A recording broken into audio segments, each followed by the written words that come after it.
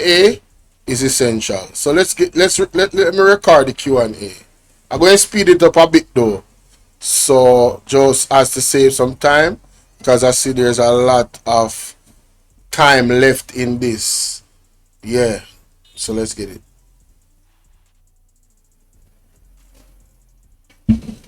Hi, good morning.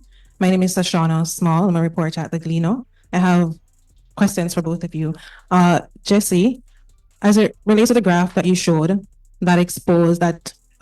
showed the contamination in our water, the 5% in the Kingston and St. Andrew area, is that figure representative of all of Kingston and St. Andrew, or is it specific to a particular plant, water treatment plant?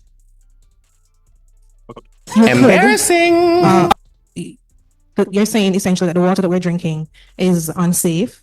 If you could, can you explain to us, what are some of the risks in drinking water with coliform? Embarrassing. All right. Thank you for your question. So just if I don't know if you're able to project the chart. So the chart is being projected again. So what we're saying, as you see the bars, the purple bar, that indicates for this at the source, that's where the water treatment is taking place. So after I've treated the water, they test the water to see if the treatment has worked.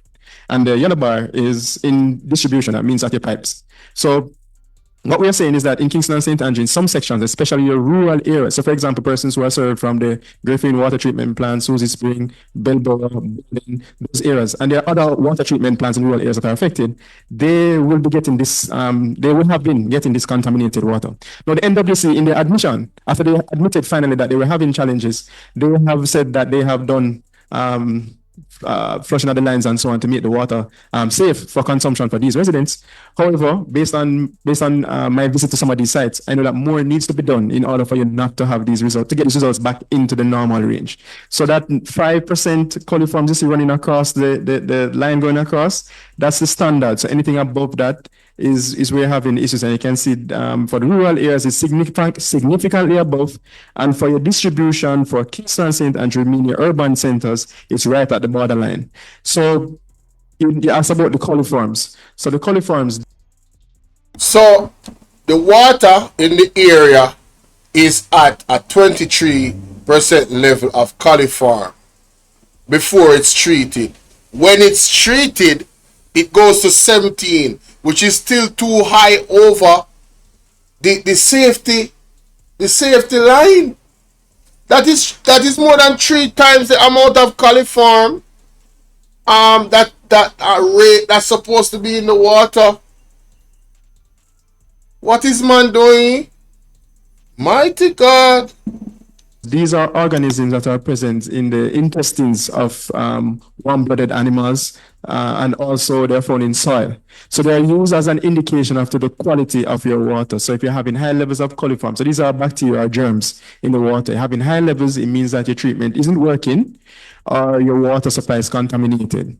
So something is happening along the line that is causing these high numbers. And as you can see at source, for some of your rural treatment plants, they are at 23 when the allowable limit is 5.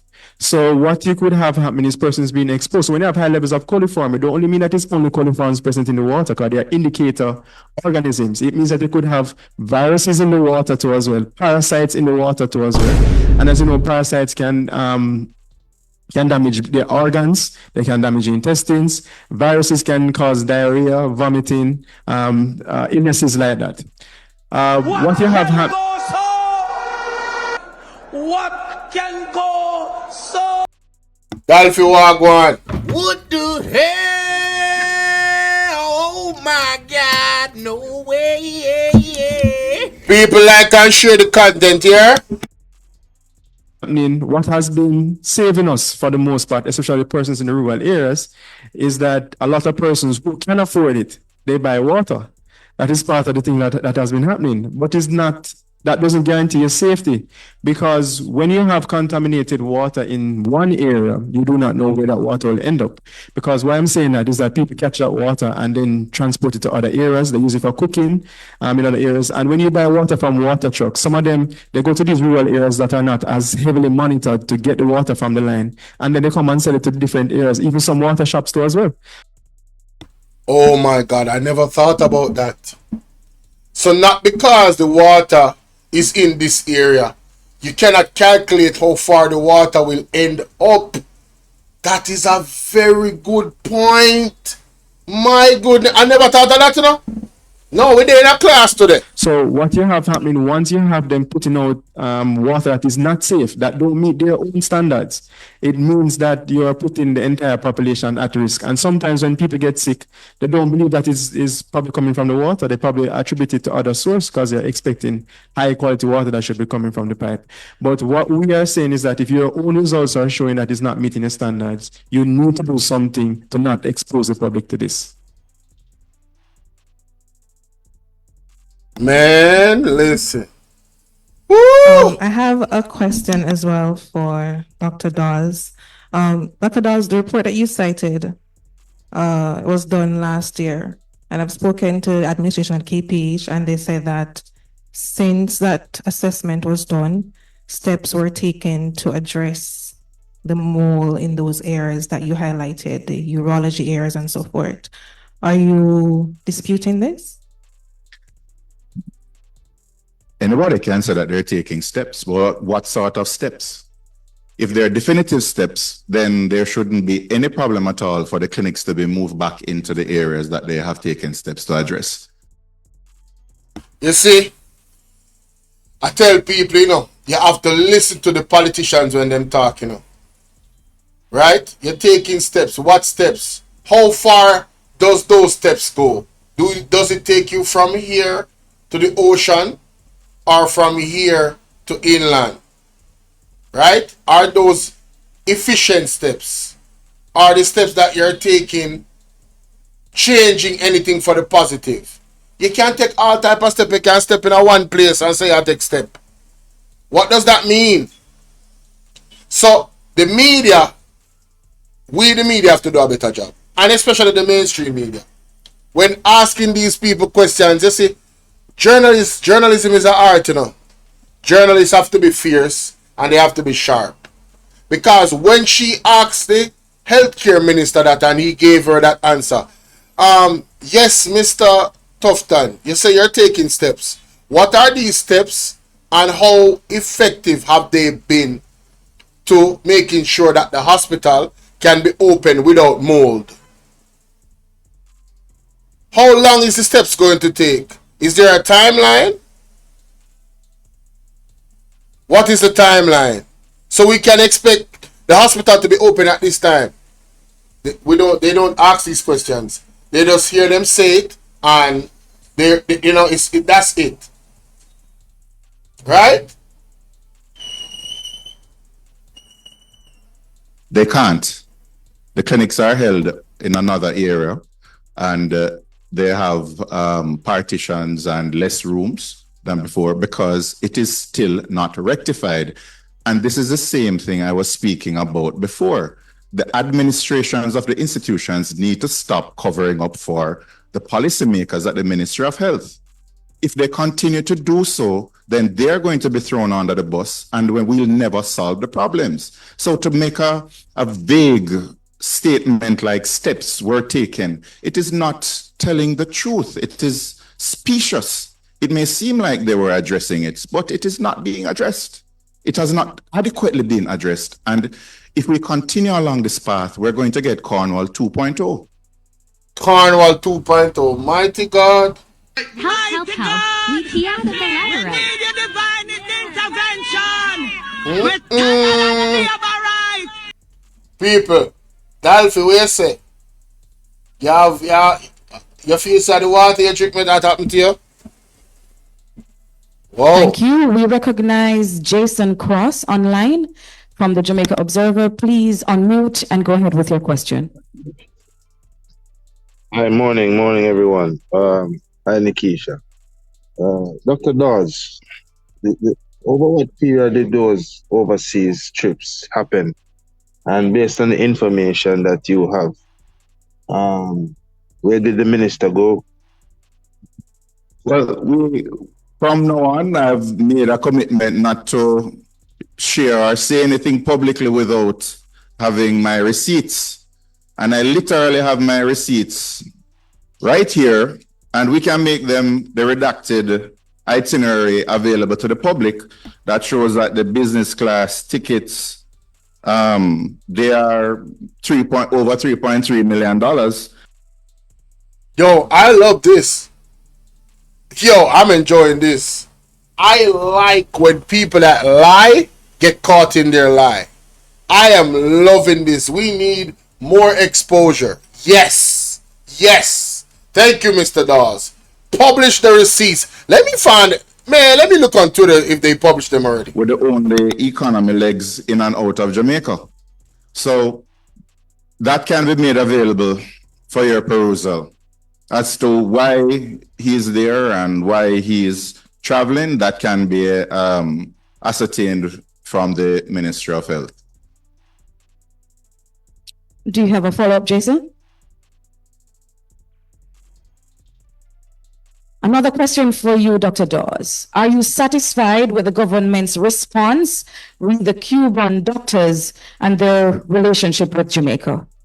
Again, it was a nebulous response, and we are still left with no clear answer as to what is happening. So it has been the norm for several outgoing prime ministers in the Caribbean to speak definitively on where they stand with respect to the Cuban medical program. I think it's only fitting that our own outgoing prime minister speaks about it definitively.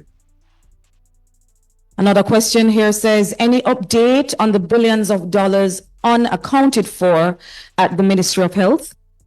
Well, they have a deadline. I believe it's either, I think it's May. I don't know where they are with respect to that. Again, the response was that it spans administrations, not accepting any fault or responsibility, to say that, after 9 years, you could have caught up with what the other administration left and not add to that backlog. But it's the modus operandi that we have to deal with.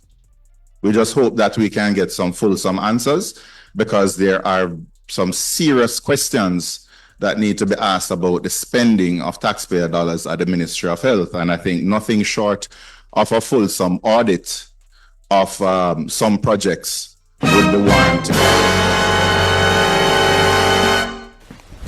Emotional damage.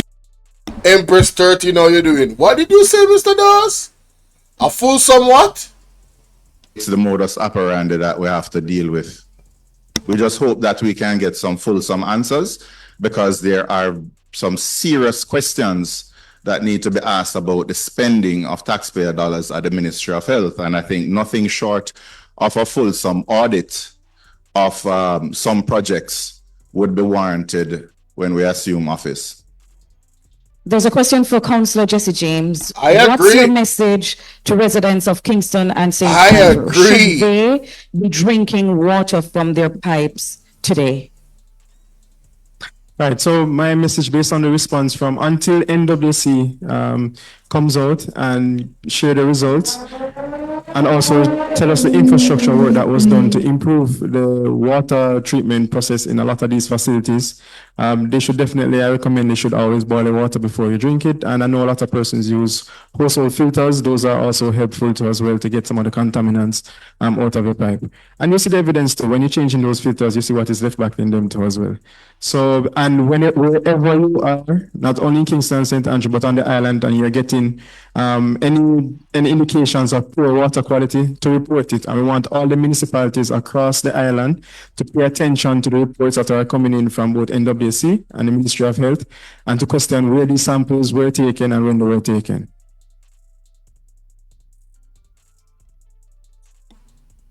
Accountability, Just man. one other thing that I didn't touch on. Go through, Mr. Cancer Dawes. care. We are facing a cancer crisis. At much better. We are currently facing a cancer crisis. If you look at the Kingston Public Hospital that does a lot of the cancers, because they cannot get CAT scans and MRIs to properly stage the diseases and work up patients, even get proper investigations like colonoscopies to diagnose the cancers at an earlier stage, we're seeing far more advanced cancers being presented and cared. Wow. The outcomes are a lot worse.